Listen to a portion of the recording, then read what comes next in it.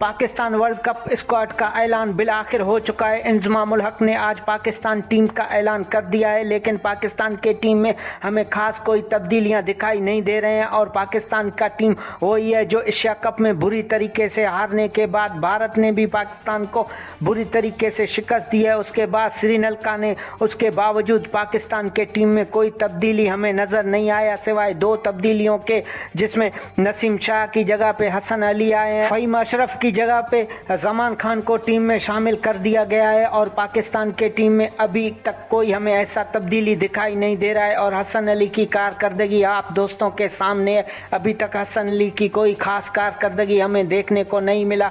सरफराज अहमद और हमाद वसीम के साथ काफ़ी नाजायजियाँ हो रहे हैं और पाकिस्तान क्रिकेट में दोस्ती और पर्चियों के अलावा कुछ भी नहीं चल रहा है। जो बाबर आजम का मनपसंद टीम था वही तैयार होकर वर्ल्ड कप खेलेगा, लेकिन इस टीम से बड़ी उम्मीद मत रखना क्योंकि ये वर्ल्ड कप में भी हमें मायूस करेगा।